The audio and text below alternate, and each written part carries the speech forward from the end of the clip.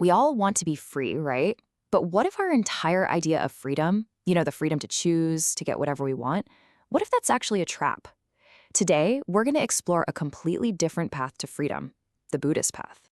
I mean, let's start with the big one. We really cherish our freedom of choice, our ability to make our own decisions. But what if that feeling, that sense of being in the driver's seat, is just a really convincing illusion? So let's really unpack that idea. How can this ancient philosophy challenge something that feels so, well, fundamental to who we are? Let's make this super practical. Just think about what you ate for breakfast this morning. You feel like you chose it, right? But was it a totally free choice? Or was it maybe influenced by what you've always eaten, or an ad you saw last night, or just plain old habit? The closer you look, the more you realize our choices might not be as free as they feel. And the reason for this goes really deep, right?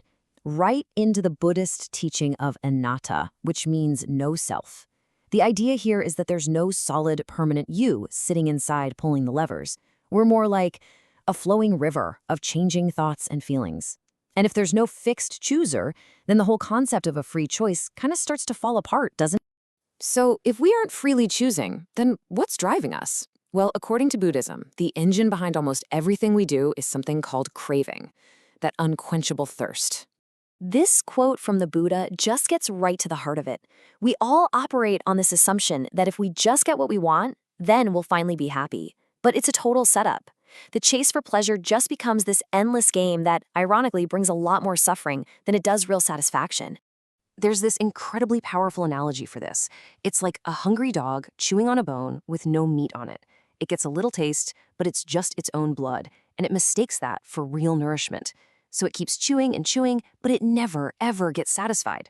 That's us, chasing our desires, mistaking that fleeting thrill of the chase for actual happiness. So here's the big insight. This whole cycle of craving isn't freedom at all. It's a prison. The more we feed our desires, the stronger their grip on us becomes. We end up chained by the very things we thought would set us free. Okay, I know this all might sound a little bleak, but hang on, because this is the turning point. This is where Buddhism offers a completely different and way more powerful idea of what it actually means to be free. And the contrast could not be more stark.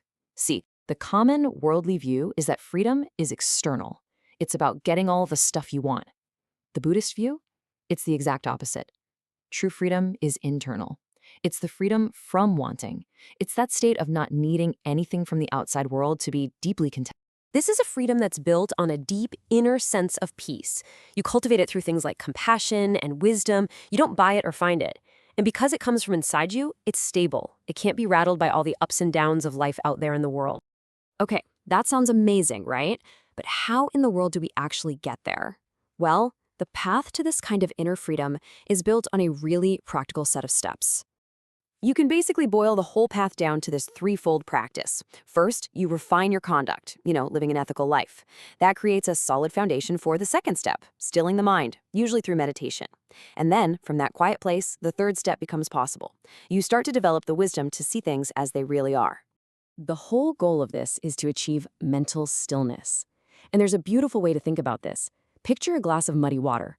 If you keep shaking it, it's always going to be cloudy. But if you just let it be, let it settle, completely still, the mud sinks to the bottom and the water becomes crystal clear. Our mind is exactly the same.